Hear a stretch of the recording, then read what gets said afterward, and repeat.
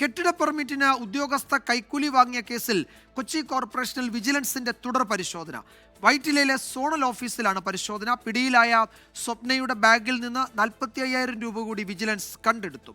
നിതിൻ അംബുജൻ വിവരങ്ങൾ നൽകും കൊച്ചിയിൽ നിന്ന്. നിതിൻ, ഈ വൈറ്റിലയിലെ സോണൽ ഓഫീസ് അഴിമതിക്കാരായ ഉദ്യോഗസ്ഥരുടെ ഒരു കേന്ദ്രമാണ്. അവിടെ വലിയ കൈക്കൂലി പണ ഇടപാടുകൾ നടക്കുന്നുവെന്ന് പരാതിയുണ്ട് എന്ന് ഇന്നലെ ശ്യാം റിപ്പോർട്ട് ചെയ്തിരുന്നു ഈ വാർത്ത വന്ന ഘട്ടത്തിൽ. അപ്പോൾ അവിടെ വിജിലൻസ് നടത്തുന്ന പരിശോധന അതുകൊണ്ട് തന്നെ പ്രധാനവുമാണ്.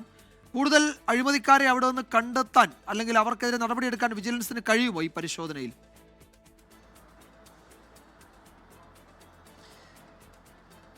വിജയകുമാർ, എന്തായാലും വൈറ്റിലയിലെ കോർപ്പറേഷനിലെ സോണൽ ഓഫീസിൽ ഇപ്പോൾ പരിശോധന നടക്കുകയാണ്. വിജിലൻസിന്റെ സംഘം രാവിലെ 11:00 ഇവിടെ എത്തിയത്. പരിശോധന ഇപ്പോൾ പുരോഗമിക്കുന്നുണ്ട്. വിജിലൻസ് CI ഫിറോസിന്റെ നേതൃത്വത്തിലുള്ള സംഘം ഇപ്പോൾ പരിശോധിച്ച് വരികയാണ്. കഴിഞ്ഞ ദിവസമാണ് കോർപ്പറേഷനിലെ ബിൽഡിംഗ് ഇൻസ്പെക്ടറായ സ്വപ്നയെ വിജിലൻസ് സംഘം അറസ്റ്റ് ചെയ്തത്. നമുക്കറിയാം, കൈക്കൂലി വാങ്ങിയ കേസിലാണ് അറസ്റ്റ്. 15,000 രൂപയായിരുന്നു കൈക്കൂലി ആവശ്യപ്പെട്ടത്.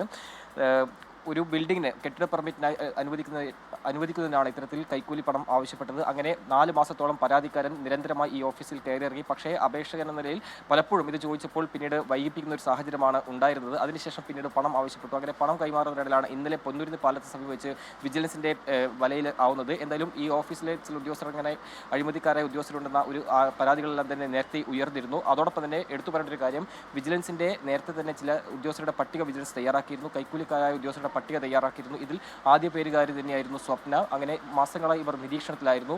ഏറ്റവും കൂടുതൽ ഇപ്പോൾ ഇന്നലെ 10,000 രൂപ അങ്ങനെ കൈക്കൂലി വാങ്ങുന്നതിലാണ് ഇവരെ വിജിലൻസ് സംഘം പിടികൂടുന്നത്. ഇപ്പോൾ ഈ കാണുന്നത് സ്വപ്നയുടെ ക്യാബിനാണ്. ഇവിടെ നിന്ന് ചില രേഖകൾ ഇപ്പോൾ വിജിലൻസ് പിടിച്ചെടുത്തിട്ടുണ്ട്. അതെല്ലാം തന്നെ പരിശോധിച്ച് വരികയാണ്. അതോടൊപ്പം തന്നെ ഇന്നലെ സ്വപ്നയുടെ കാറിൽ നിന്ന് 45,000 രൂപയും പിടിച്ചെടുത്തിരുന്നു. ഇത് കൈക്കൂലിയായി ലഭിച്ച പണമാണോ തുടങ്ങിയ കാര്യങ്ങളൊക്കെ പരിശോധിക്കുന്നു. അതോടൊപ്പം തന്നെ മുൻപ് കെട്ടിട പെർമിറ്റ് നൽകിയ രേഖകളെല്ലാം തന്നെ ഇപ്പോൾ വിജിലൻസ് സംഘം പരിശോധിക്കുന്നുണ്ട്. അങ്ങനെ ഒരു വിശദമായ പരിശോധന ഈ ഓഫീസിൽ നടക്കുകയാണ്.